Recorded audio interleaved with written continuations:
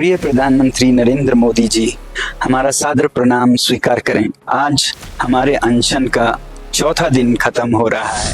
ताकत खत्म हो रही है मगर मेरा सेंस ऑफ ह्यूमर अभी भी बचा है। आपने कभी सुना कि बीजेपी हिंदू विरोधी हो गए हो? कि बीजेपी वो पार्टी है जिन्होंने लद्दाख को 2019 में यूटी का दर्जा दिया और जिसके लिए सब खुश हुए और मैं उनका बड़ा प्रशंसक भी बना। और यही नहीं, उन्होंने ये वादा भी किया कि लद्दाख के संस्कृति और प्रकृति को 6वें शेड्यूल में संरक्षित किया जाएगा और इसे उन्होंने अपने मैनिफेस्टोज में पहले बिंदु की तरह घोषित किया और लद्दाख के लोग बहुत खुश हुए और सब ने उनको वोट देकर जिताया। यहाँ की हिल काउंसिल बीजेपी की बनी। मगर अगले 2 साल में उन पर उद्योगपतियों का बहुत दबाव आया और फिर वो मुकर गए कि 6वां शेड्यूल आपको हम नहीं दे सकते हैं। और इसीलिए मैं और लद्दाख के सारे लोग 3 साल से बार बार अनशन कर रहे हैं, पदयात्रा कर रहे हैं, ये विनती करने के लिए कि आप अपना वचन निभाएं और लद्दाख को ये संरक्षण दें 6वें शेड्यूल में। अब दोबारा चुनाव आ रहे हैं हिल काउंसिल के और यहाँ की स्थानीय बीजेपी हमारे इस कोशिश को, जो कि एपेक्स बॉडी के अंतर्गत होता है, उस एपेक्स बॉडी का हर चीज में वो विरोध कर रहे हैं। यहाँ सबसे पहले प्रधानमंत्री नरेंद्र मोदी को 75वीं जन्म दिवस की हार्दिक शुभकामनाएं। आज आपका जन्मदिन है। मैं इस जन्मदिन पे कुछ आपके किए हुए वादे को याद दिलाना चाहती हूँ, क्योंकि ये बहुत जरूरी है। कुछ लोग कहते हैं कि मैं नरेंद्र मोदी जी के अगेंस्ट बोलती हूँ, लेकिन मैं आपको बता दूं कि जब भी नरेंद्र मोदी जी ने हमारे देश के लिए कुछ अच्छा किया है, मैंने उसके ऊपर भी वीडियो बनाया है। मैं ये नहीं कहती हूँ कि मैं उनके अगेंस्ट हूँ, लेकिन हाँ, जब वो बहुत अच्छा करते हैं तो मैं उसकी सराहना जरूर करती हूँ। अगर आप किसी इंसान को पसंद करते हो या फिर किसी को भी आप बहुत ज़्यादा पसंद करते हो, तो सिर्फ उनकी अच्छाई ही बोलना ये फैन वाली बात नहीं होती है कि तभी आप उनके भक्त हो, ठीक है। लेकिन हाँ, जिस इंसान को आप पसंद करते हो, अगर वो अच्छा करते हैं तो आप बताओ कि हाँ, वो बहुत अच्छा कर रहे हैं, हमारे देश के लिए बहुत अच्छा कर रहे हैं। लेकिन अगर कुछ वादे पूरे नहीं किए जाते हैं या फिर आपको लगता है कि कहीं कुछ गलत है, तो इसको बताने का मतलब ये नहीं है कि आप किसी के अगेंस्ट हो। तो चलिए मेन मुद्दे पे आया जाए और ये बताया जाए कि प्राइम मिनिस्टर के कुछ वादे थे जो पूरे नहीं किए गए हैं अभी भी। 1 साल पहले मैंने एक वीडियो बनाया था, नरेंद्र मोदी झूठे हैं, लद्दाख के ऊपर मैंने बनाया था, सोनम वांगचुक के ऊपर। सोनम वांगचुक सर को सभी लोग जानते हैं, वो सबके लिए इंस्पिरेशन है। तो मेन मुद्दे पे आते हैं। 2019 में जब जम्मू एंड कश्मीर और लद्दाख को अलग किया गया, जब जम्मू एंड कश्मीर से आर्टिकल 370 को हटाया गया, उस टाइम में 2 यूनियन टेरिटरी बनाए गए, एक लद्दाख और एक जम्मू एंड कश्मीर। उस टाइम में नरेंद्र मोदी ने इलेक्शन लड़ा उस नाम पे कि लद्दाख को 6th शेड्यूल में डाला जाएगा। वहाँ के लोगों से ये प्रॉमिस किया कि अगर हम सत्ता में आएंगे तो लद्दाख को जो है 6th शेड्यूल में शामिल करेंगे।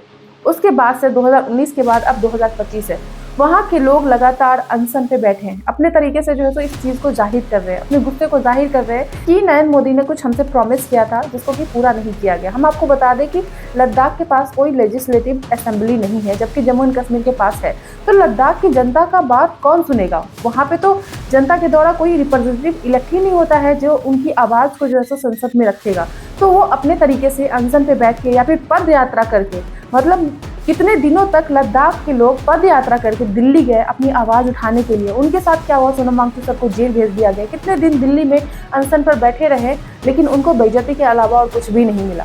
तो उन्होंने अपने तरीके से आवाज़ उठाई कि नरेंद्र मोदी को उनके वादे जो है याद दिलाने चाहिए, लद्दाख को 6th शेड्यूल में रखना चाहिए। लद्दाख हमारे लिए बहुत इंपॉर्टेंट है।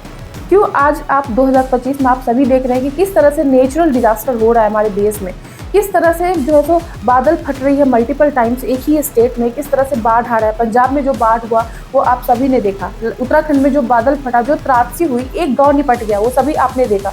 जो नेचुरल डिजास्टर हो रही है, ये क्यों हो रही है? कहीं ना कहीं हम सभी की गलती है। नेचर की चीज़ों को अगर हम छेड़ने जाएंगे तो नेचर फिर हमसे बदला लेगा। लद्दाख एक सेंसिटिव एरिया है, इसको प्रोटेक्ट करना हम सभी का काम है। तो ऐसे में अगर लद्दाख को सेंसिटिव एरिया घोषित ना किया जाए, उसको 6th शेड्यूल में ना रखा जाए, तो कुछ ऐसा भी जो है प्रबंध होना चाहिए कि वहाँ की जो इकोलॉजी है, वहाँ का जो इन्वायरमेंट है, वहाँ की जो चीज़ें हैं, उसके साथ छेड़छाड़ ना हो। क्योंकि अगर लद्दाख में कुछ गलत होता है तो लोग उसके विरोध जाएंगे, लेकिन वो कहाँ जाएंगे? अगर कुछ ज़्यादा गलत हुआ तो वो सरकार के पास जाएंगे ना, कि हाँ, उन्हें एक तरह से प्रोटेक्शन दिया जाए, वहाँ की जो है वहाँ के लोगों को भी प्रोटेक्शन दिया जाए, वहाँ की जो नेचुरल चीज़ें हैं उसको भी प्रोटेक्शन दिया जाए। तो इसीलिए वहाँ के लोग ये सोचते हैं कि उनको 6th शेड्यूल में डाला जाए।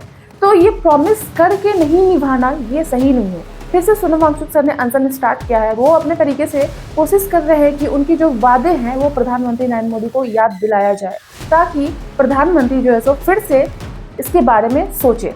जब भी हमारे देश में इलेक्शन होता है, हमारे यहाँ के नेता जो है सो बहुत सारी चीज़ें प्रॉमिस करते हैं कि हाँ हम ये करेंगे अगर जीतेंगे तो, लेकिन ऐसा होता नहीं है एक्चुअल में। लेकिन ये एक सेंसिटिव मैटर है, ये एक बहुत इंपॉर्टेंट मैटर है। एटलीस्ट 6 शेड्यूल में लद्दाख को नहीं डाला जाए तो लद्दाख के लिए कोई और ऑप्शन ढूंढा जाए कि कैसे जो है सो वहाँ के लोगों को संरक्षित किया जाए। या तो फिर आप वहाँ पे एक लेजिस्लेटिव असेंबली बनाइए, या फिर लद्दाख को एक स्टेट का दर्जा दीजिए, कुछ तो कीजिए जिससे कि लद्दाख के लोग वहाँ पे सुरक्षित अपने आप को महसूस करें और उनको जो है सो ये लगे कि हमारे देश के नेता जो हमारे प्राइम मिनिस्टर हैं, हमसे अगर कोई वादा किए हैं तो उसको निभाने का हिम्मत भी रखते हैं। हमारे अनुसार फैन वैसे नहीं होते हैं जो सिर्फ सराहना करे कि हाँ आपने बहुत अच्छा किया, चाहे आप अच्छा करें या बुरा करें, लेकिन आपके लिए वो अच्छा ही होगा। हमें लगता है कि फैन वो भी हो सकते हैं किसी इंसान के या फिर किसी चीज के जो तारीफ के साथ उनकी हकीकत को भी दिखाए कि आप क्या कर रहे हो और आपने ये पूरा नहीं किया है, ये आपका फर्ज है। मे बी ये हो सकता है कि हमारी एक्सपेक्टेशन प्राइम मिनिस्टर जी से बहुत ज्यादा है, इसीलिए हम उनकी कमियों को भी गिनाते हैं।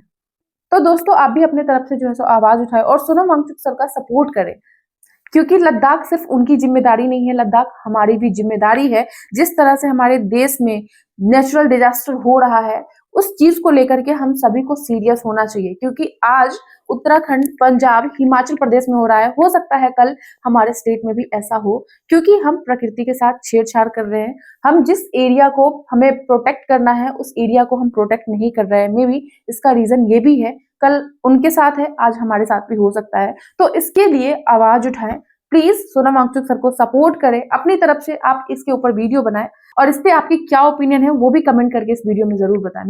भारत का हर एक मैटर हमारे लिए मैटर करता है, इस पे आपकी क्या ओपिनियन है प्लीज कमेंट करके जरूर बताएं। मिलती हूँ मैं आपसे नेक्स्ट वीडियो में, तब तक के लिए जय हिंद, जय भारत।